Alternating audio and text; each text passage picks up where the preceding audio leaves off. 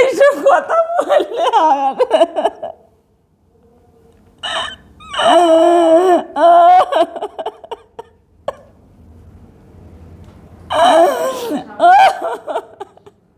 আমার নাম অনিমা মণ্ডল, আমার বাবার বাড়ি রতনপুর।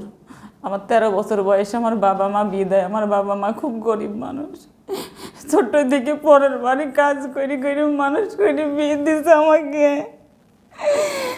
অবস্থা দেখি বিয়ে দিয়ে বেটানি তারা আমার কি দেখছি যে তারা আরও আগে 3 বিয়ে হয়েছে, সেই বউ একটাও নেই গো। এইভাবেই আমার 26 বছর জীবন কেটে গেল। সেখানে আমার 3 ছেলে দিয়ে দুবেলা বাড়ি থেকে বের করে দেয়, আমি চলে যাই আর কাজ করি আর খাই। এবারে এই দানে শেষ দানে 5 বছর আগে আমার স্বামী 5 বছর আগে আমাকে ওই বলে টাকা ইনকাম করে নিয়ে আসতে। আমার ছেলে অসুস্থ দিনা হয়েছে, এবারে আমাকে ভ্যান ঠিক করে দেয়। ভ্যান ঠিক করে দেওয়ার পর রাত্রিবেলায় রাত 12টা 1টার সময় আমি টাকা ইনকাম করে এনে দিই আর সেই টাকা সে গুনি গুনি নেয়। ওরম করে আমি একদিন ধরা পড়ে যাই দিয়ে মোবাইলটা আমি ফেলে দিয়ে চলে আসি। মোবাইলটা ফেলে দিয়ে চলে আসার পরে তার মোবাইলে ফোন দিয়ে খোঁজ নিয়ে দেখে যে আমার বাড়ি নাইজরি গুনে। এবার আমি যখন আর গেলাম না তখন অশান্তি করে, এবার অশান্তি করে বলে আমি আমার ছেলেটাকে নিয়ে চলে গেছি 5 বছর। এই 5 বছরের মধ্যে ওরা আমার খোঁজ খবর নেয় না, কোনো কথাও বলে না, আমার ছেলের খরচ পাতিও দেয় না। তারপরে কাল আমি বাড়ি গেছি, আমাকে মেয়েরই আমার ছেলে আর আমার স্বামী মেয়েরই আমাকে বাড়ি থেকে বের করে দিয়েছে, দিয়ে গেটে তালা বন্ধ করে দিয়েছে। আমি রাস্তায় বসেছিলাম রাত 12টা পর্যন্ত। পাশের বাড়ির একজন এসে আমাকে নিয়ে গিয়ে তাদের বাড়ির রাতে রাখলো। দিয়ে আমি এই সকালবেলা এই যে আপনাদের এখানে আসলাম। স্বামীর বাড়ি নাজরাকোনা, নাম দীপক মণ্ডল। উনি চাষ করে। ওনার ভাইয়ের বউর সাথে ওনার সম্পর্ক ছিল আগে, এখন আছে কিনা আমি জানিনি।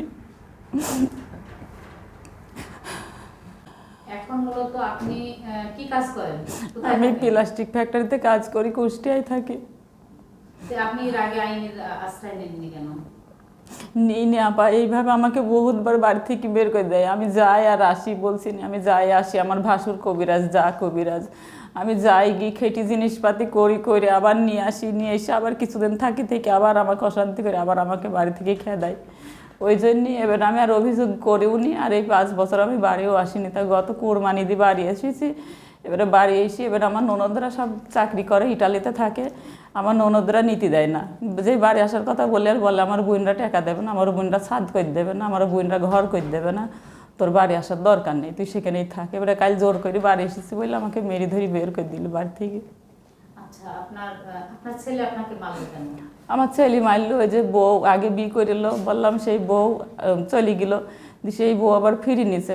ওই বউকে 70,000 টাকা দিয়ে তালাক দিল। দিশে ওই বউ আবার ফিরে নিছে। এখন ওই বউ বলছে যে তোর মা যদি বাড়ি থাকে তাহলে আমি থাকবো না। এখন ছেলে দেখছে আমি যাবো কোথায়, তাহলে আমার মাকেই বের করে দিই। এবারে ছেলে আর বাপ একসাথে যুক্তি করে আমাকেই বাড়ি থেকে কাল বের করে দিল। আমি এখন কিছুই চাচ্ছি না, আমাকে একটা ন্যায্য বিচার করে দেন। আমার ছেলেটা আছে, আমার ছেলেটা নিয়ে আমি যেন করি আমি খেতে পারি। আমার হাড়ের সমস্যা, আমার এমনি দৌ মিটকে যায়। আমি একবেলা ওষুধ না খালি বাঁচিনি গো। আমাকে বলে কি আমি যখন বাড়ি ছিলাম তাহলে সে আমার স্বামী, আমি অসুস্থ হলে সে আমাকে দেখবে না। আমাকে বলে কি তোর পেছে আমি রোগের টাকা ঢেলেছি, সেই টাকাগুলো আগে দিয়ে আমি অসুস্থ, আমার টাকা খরচ করেছি, সেই টাকাগুলো বারবার আমার দিকে চাই। তাহলে ওই টাকা আমাকে কিনে দেবে বলেন?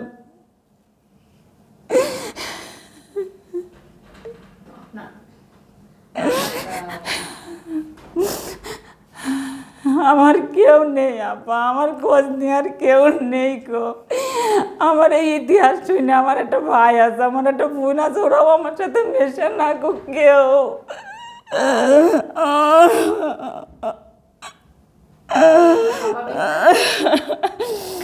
বাবা আছে, বাবা অসুস্থ, প্যারালাইজ, বাবা বিচিন্তি করতে পারে না গো। আমার কেউ নেই গো।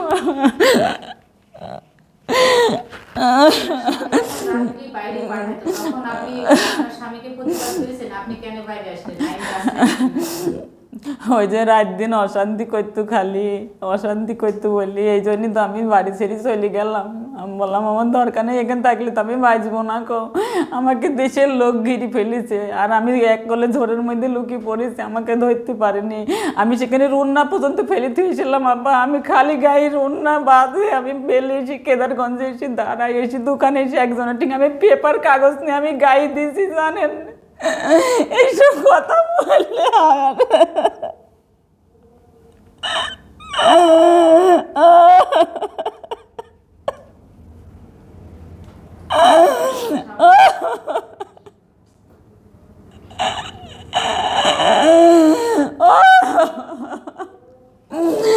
আমার একটু কাজ করতে ভালো লাগে না বা আমার তো পেটকে যায়, আমার লিভারের সমস্যা, আমার জরানারিতে টিউমার, আমি এতগুলো রোগ নিয়ে আমি কাজ করি, আপনি জানেন না।